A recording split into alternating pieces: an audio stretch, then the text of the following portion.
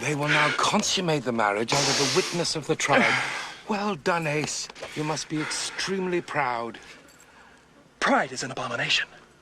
One must forego the self to attain total spiritual creaminess and avoid the chewy chunks of degradation.